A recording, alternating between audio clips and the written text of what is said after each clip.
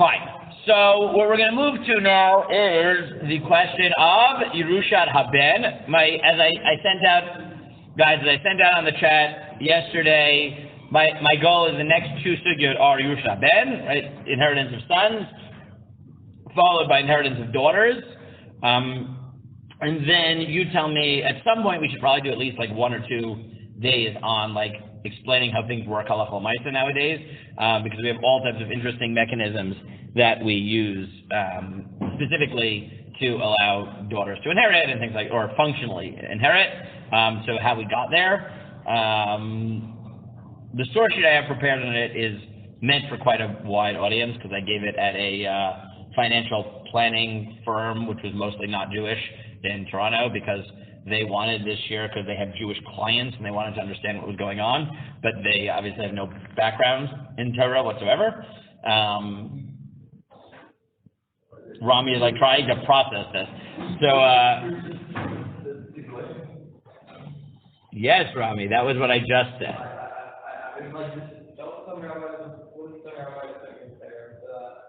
No, like, I mean, like, this just seems like one of the more, like, harder things. Again, they actually dealt with financial planning for Jews, and therefore this was part of it, and they needed to understand what was going on. Okay. That's what I was saying. That's why they wanted it. Oh, okay. Right? I didn't realize that until I got there. Right? Like I thought that most of the people there were. The person who organized this year was a frum guy who davened at shul with me. Right? But once I got there, I realized why it was. But at some point we can do that. Fine. So as we noted yesterday, right, that there are basically, and as I showed Yaakov this morning in the sheet book of the Millennium, the Kovetz Hakirais, which is this monstrosity of a book that just gives like short summaries of every lumdish question in all of Shas without having to do any of the hard work of reading it.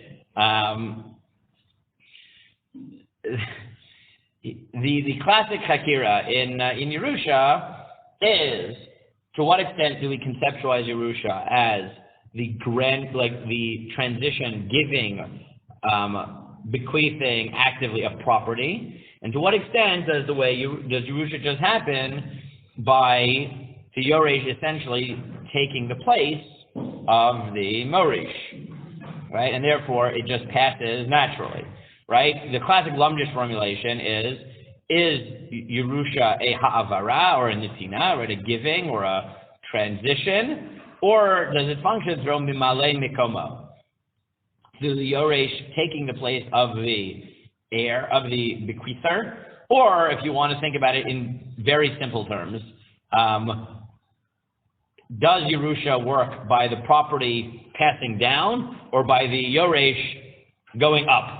Right? That's another just sort of very simplistic way of thinking it, right? Meaning, does the property go from the bequeather down to the inheritor, or does the inheritor become the bequeather and therefore just takes over the property, right? Those are like different versions. Those are all the same. Those are all just different ways that people say essentially the same question. I don't think there's a fundamental difference between those. Right? Meaning there might be nuances, but those are all sort of versions of what we said yesterday, that in classic Lumdish terminology, you'll find all those formulations. Okay? But as we left with, I'll take your question in just 1 second, Ezra. We left with yesterday is the possibility that both of these are true depending on what type of heir you're talking about. Right? That's what we left yesterday? Yes. Yes? We're in agreement? Yes. Okay. Ezra.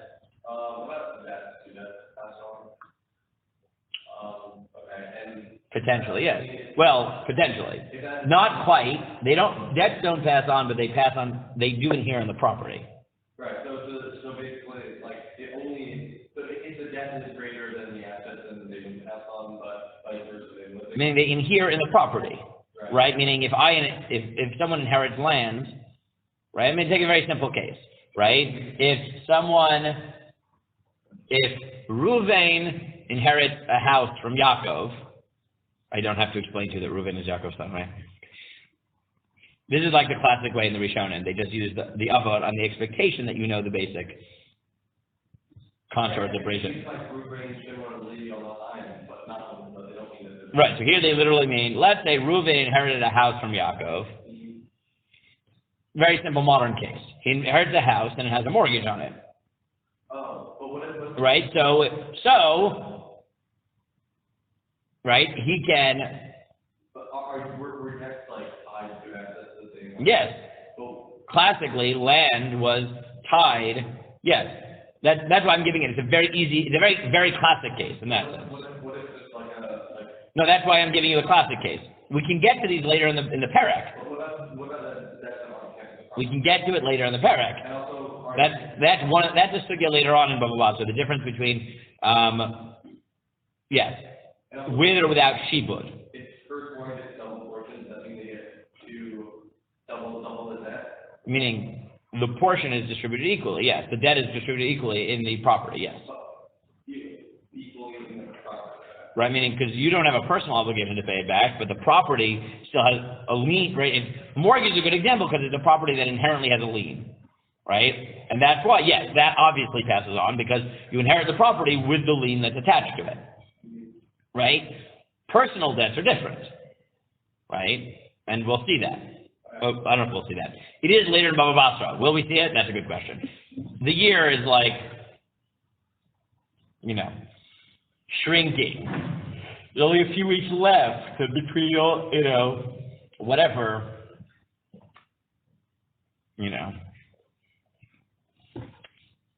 whatever, on the plane to Dubai. I don't know. Okay, fine. Do we know the guarantee that does that? No, I have no idea. This is not my department. I think I've made that clear.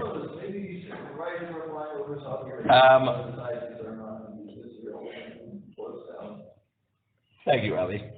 Okay, so what I want to do is examine the nature of Yerusha haben,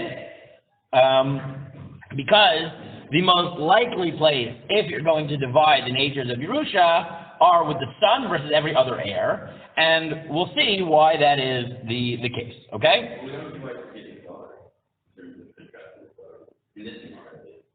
You are correct. That's why I gave that as a separate topic. Yes, I'm going to, for now, let's talk about sons. This is my logical. I'm saying like it doesn't have anything to mention. I don't know. I'll ask the question when we get it. No, you're right. Meaning that's exactly the point. But the logical organization of the next two shiurim is the Yerusha of sons different? And if it is that sons or is that children? Right, because according to the last one we read yesterday, there's really not much of a difference if daughters get to eat or... Oh, very good. And that's exactly the problem, is that there's going to be a lot of tension and contradictions in the Gemara because I wrote this sheet last night for daughters. The first thing it says is, there will be a lot of review here, right? We will be re-examining sources that we already looked at, right? One of them, obviously, one of the first things that I put on that sheet is the Gemara that Ellie correctly notes from Kuf Yotet, which is, if you just read Kuf Yotet in isolation, you would assume that whatever is true of sons is true of daughters from the Yibum case, right? And yet, there's a lot of evidence that's not the case, and that's what we have to figure out. But first, let's examine sons on their own terms. So, the most important thing in this context seems to be this Gemara in Kiddushin Daf Yud Zayin, where the Gemara deals with the question of whether servitude to a master is passed on to child of said master. Okay? Meaning, do you inherit the right to slaves or servants? Okay? So the Gemara says, Tanu Rabbana, Eved Ivri, Oved et Haben, Ve'eno Oved et Habat. The Eved Ivri will, if they're still within their 6 years of service, will continue their servitude to sons, but not to daughters. Right? So already in this Gemara, the line between different types of heirs seems to be sons versus everybody else. So we'll see whether that's true, but at least at first glance, that seems to be the case.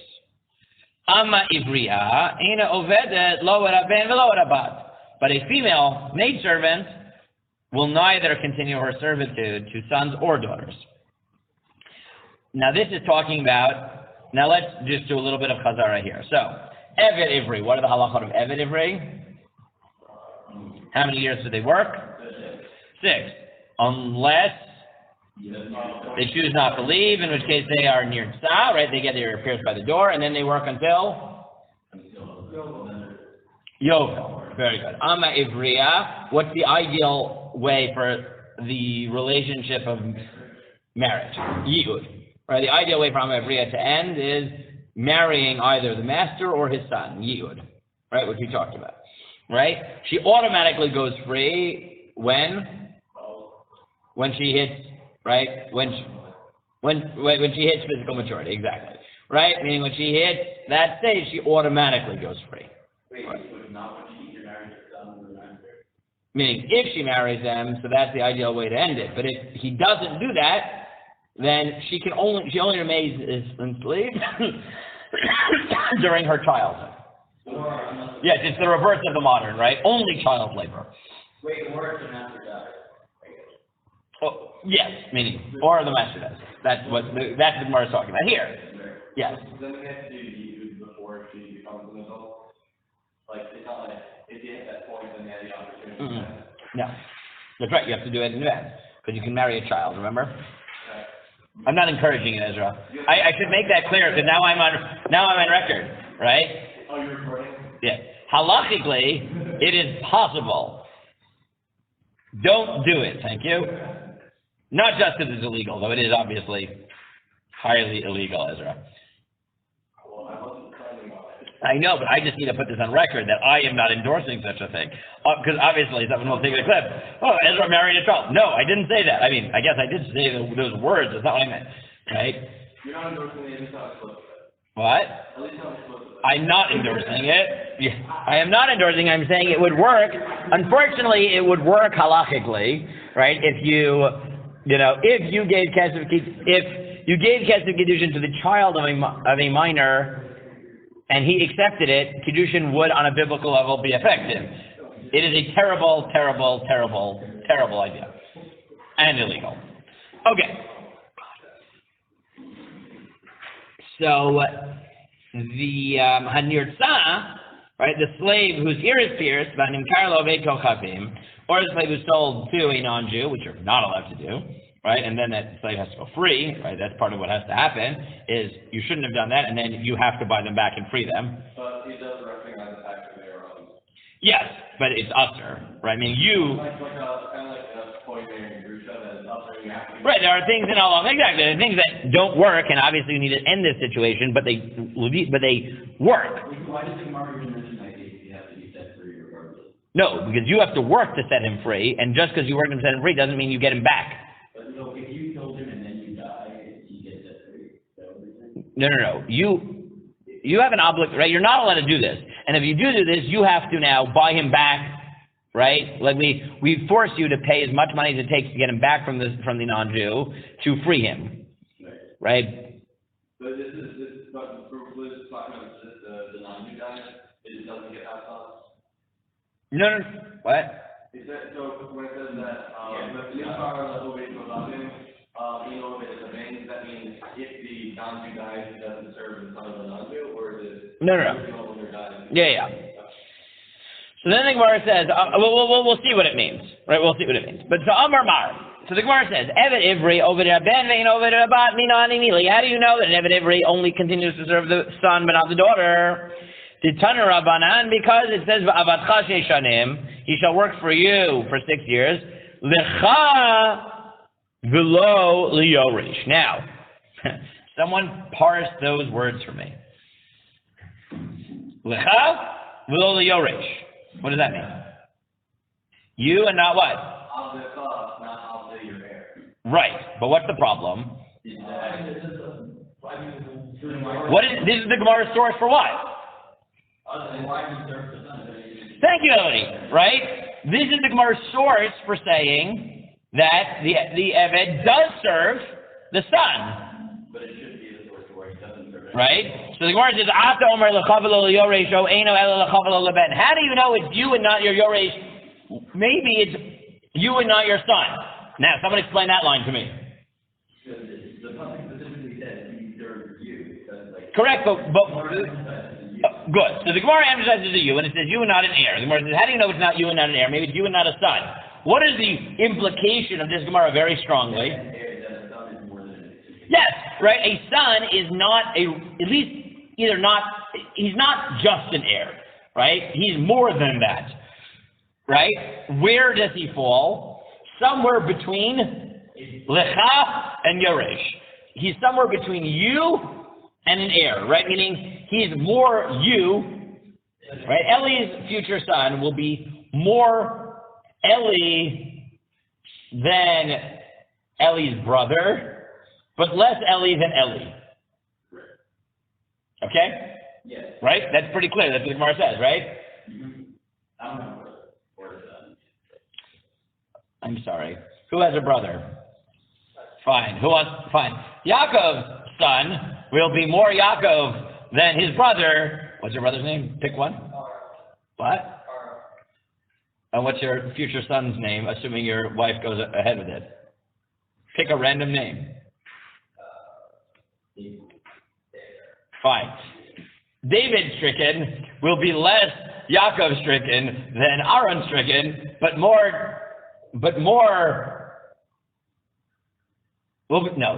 will be less Yaakov than Yaakov, but more Yaakov than Aaron. Okay? Was that confusing enough? Fine? Don't worry, Ellie. I also don't have a brother. This would all be theoretical for me. You're in good company. Good company. Your sisters? Yeah. Okay. Yes. Same. Sister, but fine. Wait, it's 11 o'clock, right? 11 o'clock. Yes? It's only 10:30. Shalom. אתה ממסע? ממשרד התפוצות. אוקיי. ב-11, כן? באתי למקום הנכון? כן, כן. כל הכבוד. כן. זה לא יפריע לכם. כן. היית בקשר עם אריה.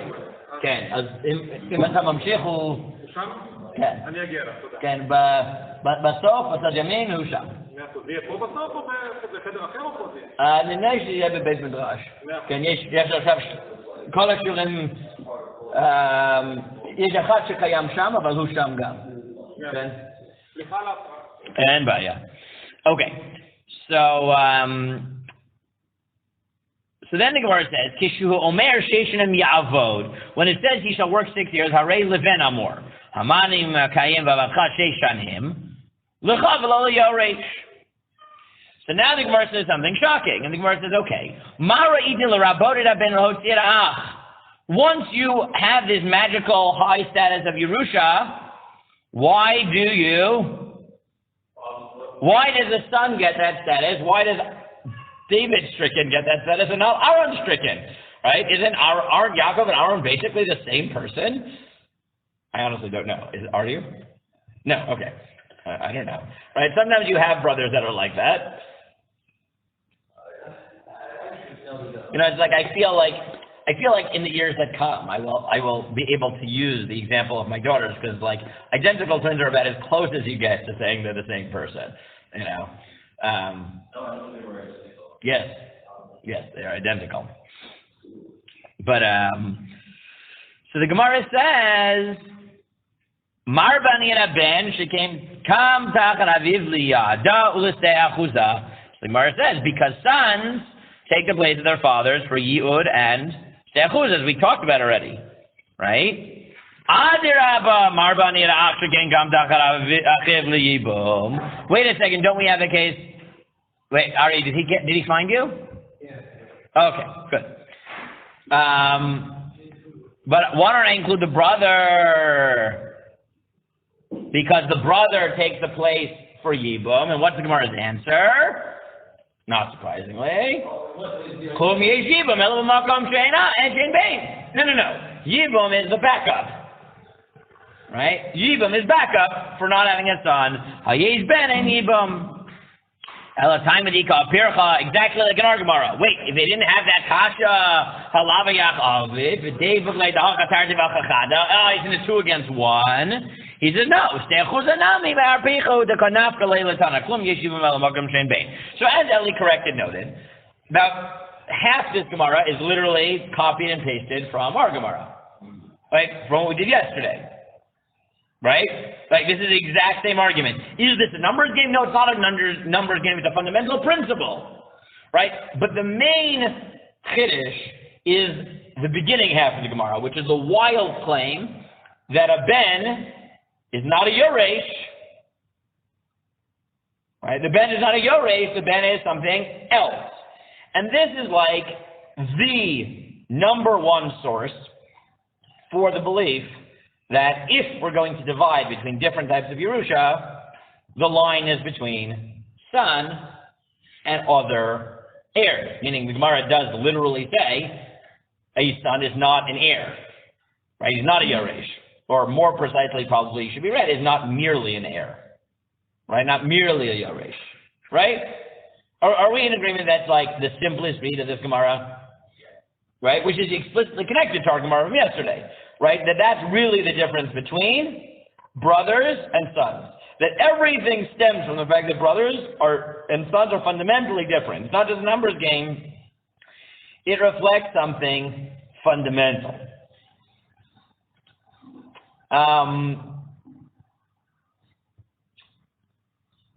Now remind me again. Besides for the Gemara, where did we see this implication in the pasuk? Right, where do we see this? Remember, we talked about this. Right, one was that in the parsha of Nachala never said, right? It never says your son inherits. It says if there isn't a son, then this is Seder Nachala, which implies that the laws of Nachala are not relevant, classically speaking, when there's a son, because that's obvious, right? We already noted that in the main parsha of Nachalot, this uniqueness of son is implied by the presentation of V'im ein lo ben.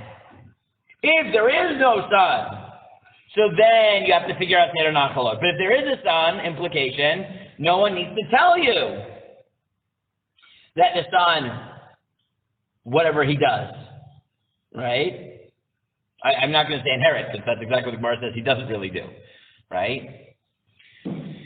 Similarly, in the Yibum case, the language is the same. V'im ein lo ben. If he doesn't have a son, so then you need to do Yibum. Why? Lahakim shem la'achiv, to carry on his brother's name. Implication: if there is a son, that the son does more than just inherit. The son is make him shame. He is the one who carries in the name, right? It's not just that he's an heir; he's something else. Right? And this is where all the Lamdanim come up with this formulation of Nimalei Mikomo. Right? We saw that the Chinuch said in the context of Yibum yesterday. Right? This idea that a son is more than inherit; he takes the place of his father. Right? And again, using the vertical imagery, it's not the property goes down; it's that the son, right, goes up. Right? He takes the place as patriarch, right, as father, right? He fills his father's shoes, literally, right? Okay. The Teretz Mima basically makes this point in how he reads the pasuk and read the drasha. So if you look at 3, this is just, I think, a nice succinct formulation. He says, "V'yesh laha'ir." This was the diuk that we just read. Right? This was our starting question 4 days ago in the Psukim, which is, Lama loktiv v'feirush. Why does the Torah not say explicitly, Ish ki yamut u'nitatem et achalato livno? Why does the Torah never say, when somebody dies, give the property to his son? Why doesn't it say that? So what is the answer? V'nir'eh, it seems, mishum d'Yerusha haben et aviv, the inheritance of a son, that which a son inherits his father. Heve kidavar haba b'teva. It's something that comes, what's bateva? By nature. Shaben kam tachar aviv. A son stands in the place of his father. Ve'ein sorech lashminan zeh. You don't even have to tell me that. V'gam ein sorech letzavodo ki im davar hatavua kimo bateva shal shalet chayei ha'adam. There's no need to command about things that are inherent in nature, inherent in the chain of people. Mipnei she'haben hu boneh beit aviv. The son is the one who builds his father's house, his legacy. Asher al kain nikra zachar b'shem ben. He said that's why sons are called ben. Milashon binyan, because they are those that build. Thank you. Very good. That's exactly what it is. V'chein amrinon, and that's the language of the Gemara in several places. Bra kar'a de'avua. What does that mean? A son is like part of your body. It's like your thigh, right? He's part of your body. No. V'chein amrinon b'vavadra kofnem aleph kol she'eno meniach ben liyarsho. HaKadosh Baruch Hu Malei Lev Evra. And that's why the Gemara later on in an agadic statement says that if you don't leave a son to inherit you, God, it's as if it's proof that, whatever, God is angry at you. Why? Perish Rashbam, the Rashbam says, because there's nobody whose name, right, think about it.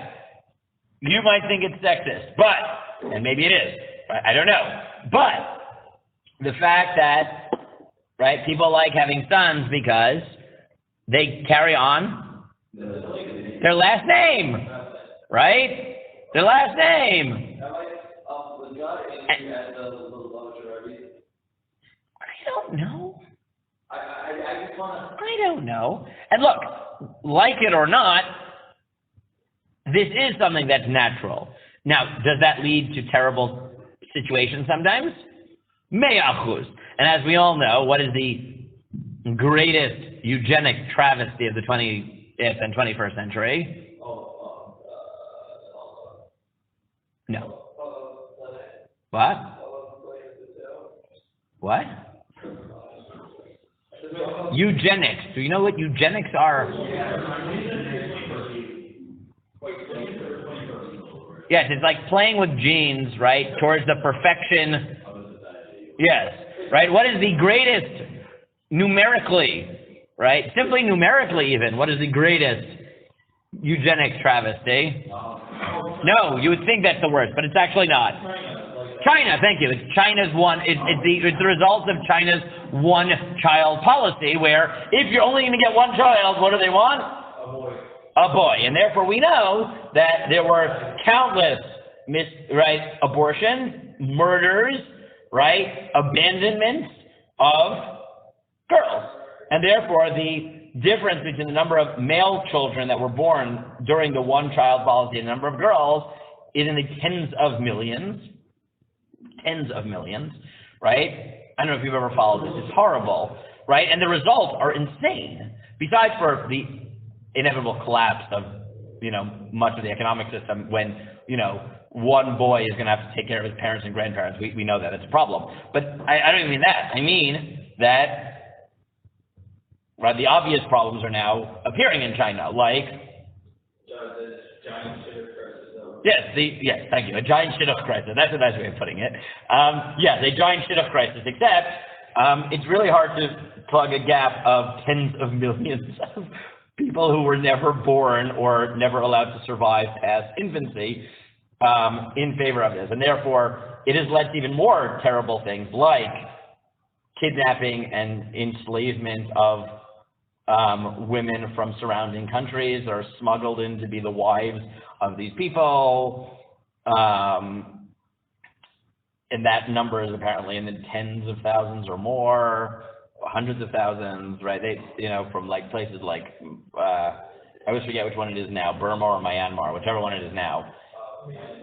What? It's Myanmar now? Okay. I don't know which one is the old one, which is the new one. But, and it's created a very distasteful explosion in the industry of sex robots, and it's created serious problems in the country. I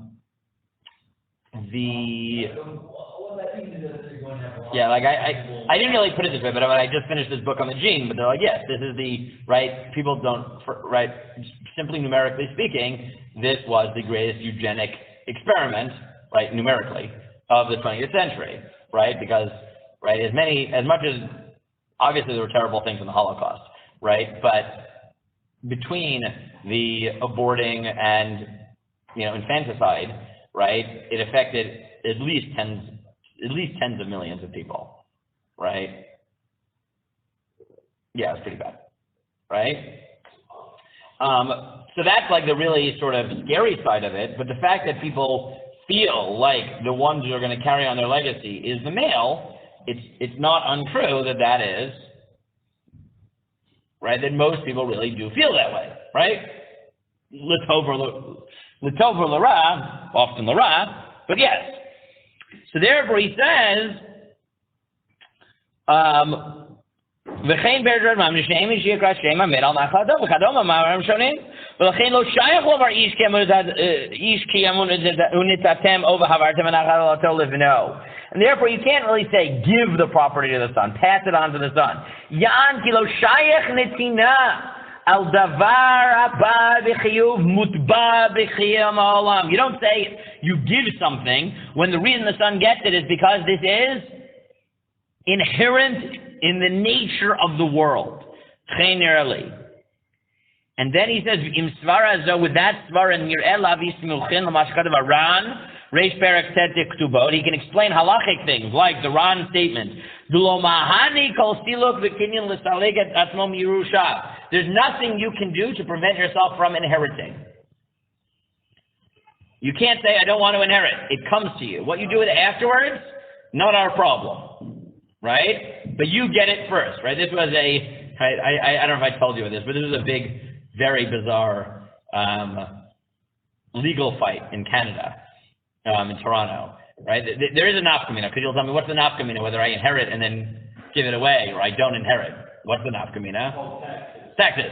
Yes, the modern equivalent of it is taxes, right? So the very, very, very public example in Toronto was where there was a very wealthy individual who learned with one of the Chabad rabbis in Toronto on a regular basis, and when he died, he left him $60 million to him personally. And he got into a fight with the CRA. What was the fight with the CRA? Whether or not they were...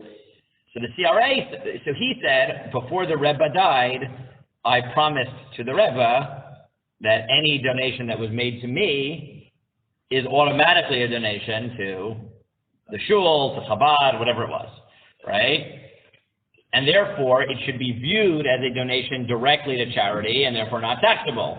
And the CRA said, you are free to give it away to charity, but first we're taking our $24 million chunk of his inheritance, right? And this is a big legal fight, right? Because there actually are not giving this to this question whether you inherit and then give away or whether you do not inherit, right? So the Ran says there's nothing you can do. You can't just not inherit. That's not how it works. And he says, "Shekein tachat av." Sorry, I just skipped back.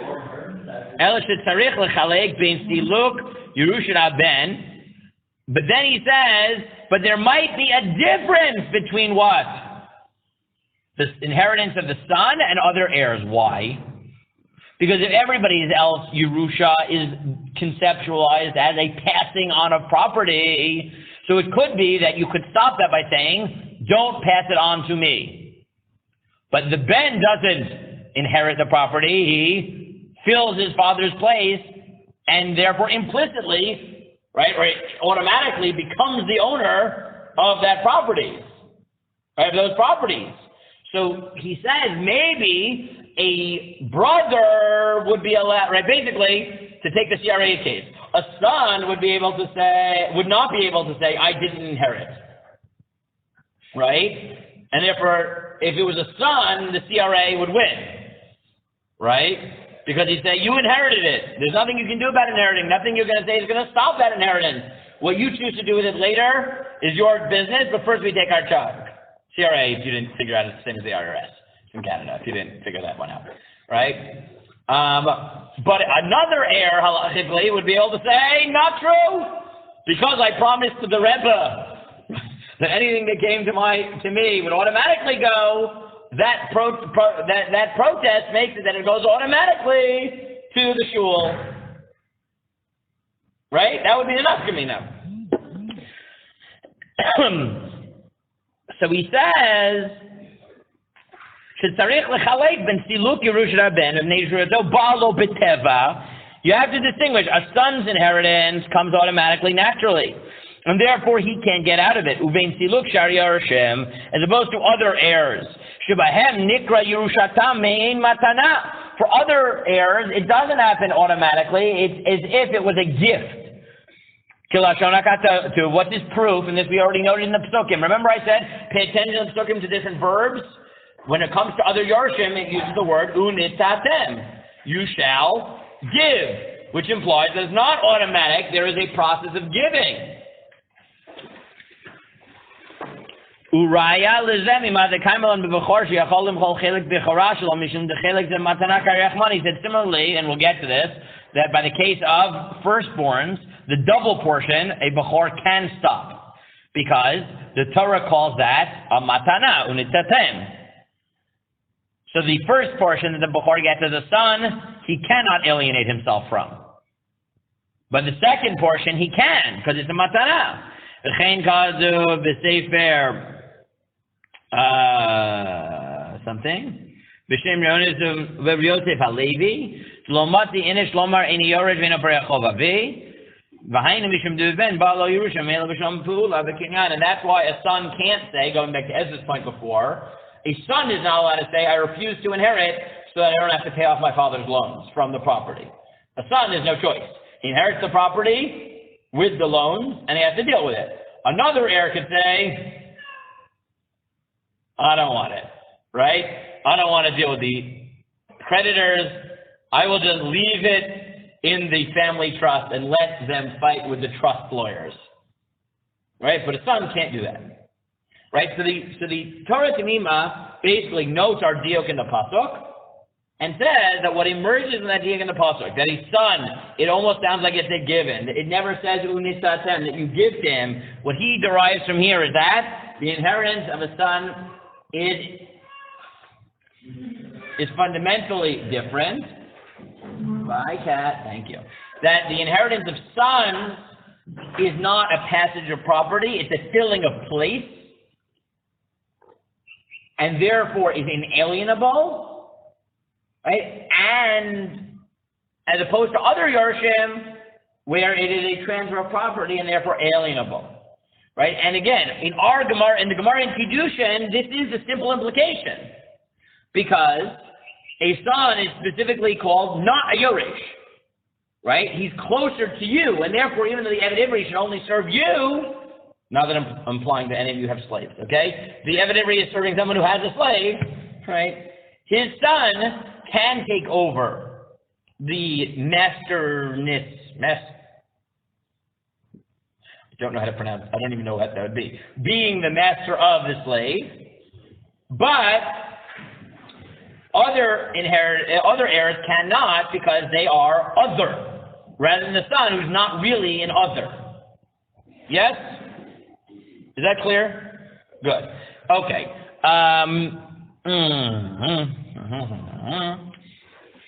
So I wasn't sure if this would take us 1 or 2 days. Apparently the answer to that question is 2 days, because I do want to give you a break before this Masah presentation. I don't know whether what's left on the sheet will take a whole nother day, but basically, just to give you the heads up, what's left on the sheet is, if this distinction is true, so the Torah Temima already mentioned some of the differences, right? Can you alienate yourself before, or does it come to you automatically? But there are other nafkaminas, and the nafkaminas that you'll see here are basically, does this apply to things that are not monetary inheritance, right? So, for example, we will see the case of status, right? Communal leadership roles. Are those inheritable? And if so, to all heirs or only to sons?